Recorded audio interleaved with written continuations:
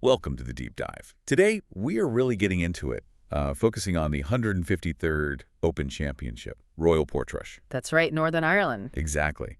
And specifically, we're looking at the big moments from July 19th and 20th, 2025. We've got these great daily reports you sent over, and, our job here is to pull out the key stuff, the performances that really jumped out, the storylines, basically everything that had golf fans glued to their screens. Yeah. Should be fascinating. Absolutely. And Royal Portrush, the Dunluce links. Yeah.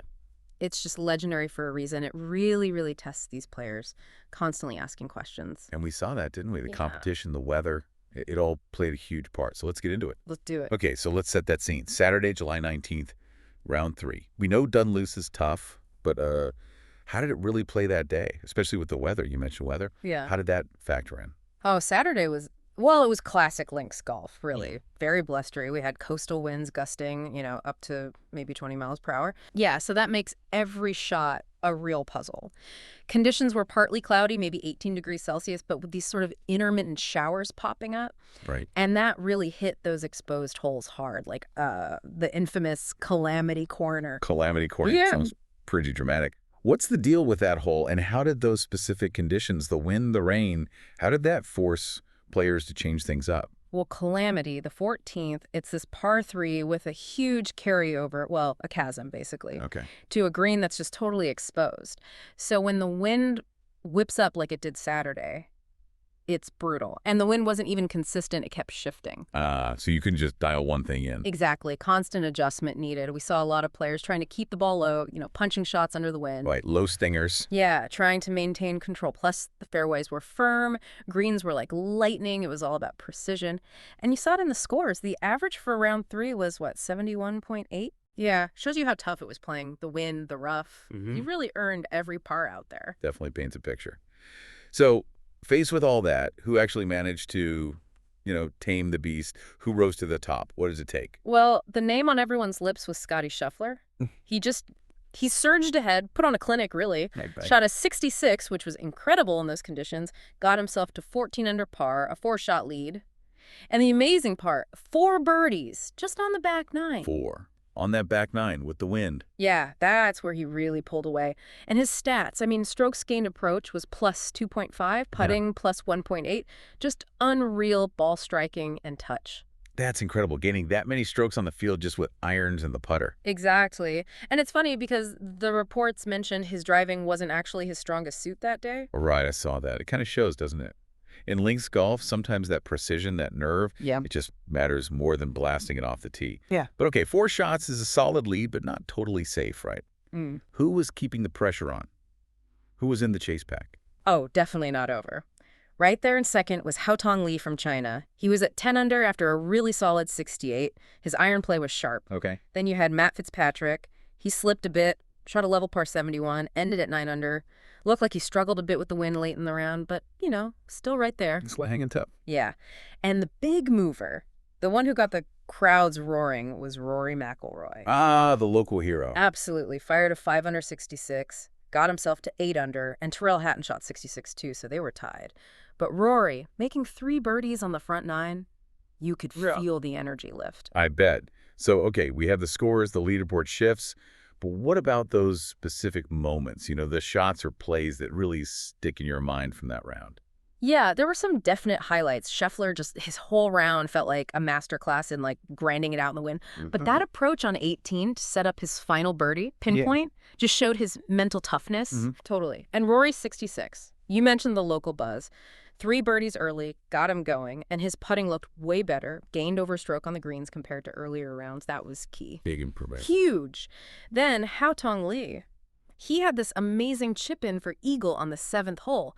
That thing went viral instantly, played on all the big screens, just electric. An eagle chip-in, nice. Yeah, and Tyrrell Hatton, too. He backed up a good round 2 with that 66 in round 3. He seems to relish those windy days. Made this massive 30-foot birdie putt on 16. That was pretty memorable. Sounds like it was more than just hitting good shots. It was about handling the pressure, feeding off the crowd maybe.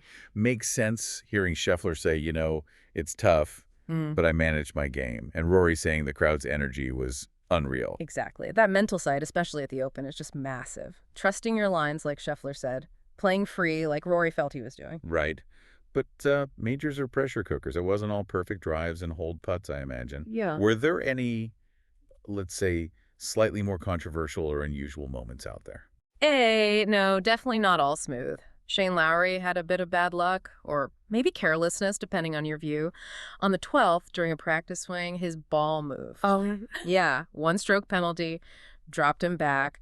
And that, kicked off a whole debate online on X about the fairness of that rule in windy conditions. Can a gust really cost you a shot? Yeah, that's a tough one. Always sparks debate. Always. Then there was a bit of crowd trouble, actually. A fan got escorted out near the 18th green for shouting during a player's swing, delayed things for a minute. Not what you want to see. No. And slow play was kind of bubbling under the surface, too. Players mentioning the long rounds. One group apparently lost a ball in 7, held things up.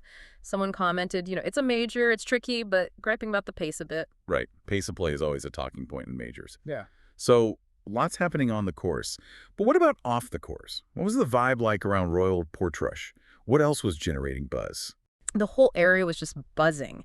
You had big sponsor news like HSBC extending their deal, doing that live at the range feature, which is always popular. Yeah, fans love that behind-the-scenes stuff. And merchandise was flying off the shelves. BOSS, Adidas. Apparently the branded caps sold out super quick. Shows how into it the fans were. Clearly. The spectator village sounded great, too. They had this open swing zone with free PGA lessons, huge queues, like 200 people deep, waiting for a quick 15-minute lesson. That's cool, getting people involved. Yeah, really engaging. Plus, kids areas, sustainable food, even vegan fish and chips, apparently. Embracing the modern world. Right. And the wider impact was huge, too. They estimated over 26 million generated for the local Causeway Coast economy. Businesses were booming. That's fantastic for the region. Just incredible. So, for people not lucky enough to be there, how easy was it to follow all this drama? What was the media coverage like? Oh, it was everywhere. Seriously comprehensive.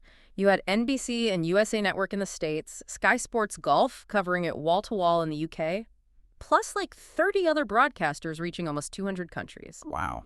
Radio coverage was solid too. TalkSport East, SiriusXM, and the Open's own global radio. And streaming. The Open app and website were packed. Live scoring, featured groups, even a special Par 3 channel. Nice. And they used some cool tech. RNA TV had Skyscope for those unique angles, and Sportsbox AI doing 3D swing breakdowns. You could really geek out on the analysis. Yeah, I saw some of those 3D swings. Pretty amazing. No wonder the app got downloaded over 1 million times. People were definitely tuned in wherever they were. Absolutely. So, pulling all these threads together, Yeah. as Saturday wrapped up and everyone looked towards Sunday's final round, Yeah. what were the big overarching stories shaping up? Well, several really compelling narratives. Rory's redemption arc was huge, obviously, remembering that disastrous 79 he shot in 2019 at Portrush, missing the cut. Right, the homecoming nightmare. Exactly. So seeing him shoot 66, get to 8 under, especially after winning the Masters earlier that year, the hope for a second claret jug was palpable. Massive storyline. You could feel that building. Definitely. Then there's Scheffler. World number 1, 4-shot lead, looks dominant. But that question mark over his driving, ranked outside the top 50 in strokes gained off the tee for the week, could that bite him under final round pressure? That's the intrigue, isn't it? Can he hold on? Precisely. And Shane Lowry, the defending champ from 2019 here, still a huge fan favorite, but that penalty, putting him 6 shots back, needed something special on Sunday. A miracle needed, yeah. Pretty much. And then you had the chasers like Haotong Li and Tyrrell Hatton both playing so well. Could we see a first-time Open winner emerge from that pack? Right. Lots of possibilities. Really set things up beautifully for Sunday. So, okay, looking ahead to that final day, what were the expectations, conditions, strategy, any insider nuggets? The forecast for Sunday was, well, still unsettled. Chance of showers, winds, maybe a touch calmer than Saturday, sort of 15, 18 millipar, but still gusty near the coast. Temperature around 17 Celsius. So maybe slightly easier, but still very challenging.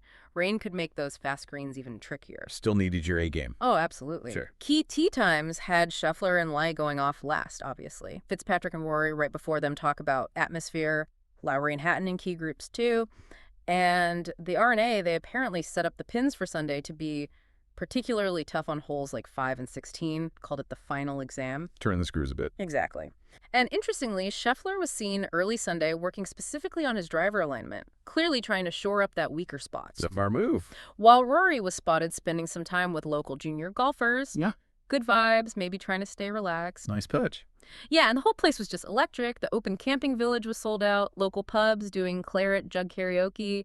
The buzz was everywhere. Sounds like an incredible atmosphere building for the finish. So we've got Scheffler with the lead, Rory chasing redemption at home, the relentless challenge of Dunluce, all coming down to Sunday. Absolutely. And with the world watching, thanks to all that media coverage and tech we talked about, every shot mattered. Everyone was waiting to see who'd lift that claret jug. What a setup. It makes you think, doesn't it? Yeah. Given everything we've discussed, the pressure, the unpredictable links conditions, the fine margins, what do you think is ultimately the most critical quality for winning the Open? Is it the pure skill? Is it the strategic planning? Or is it just that rock-solid mental game?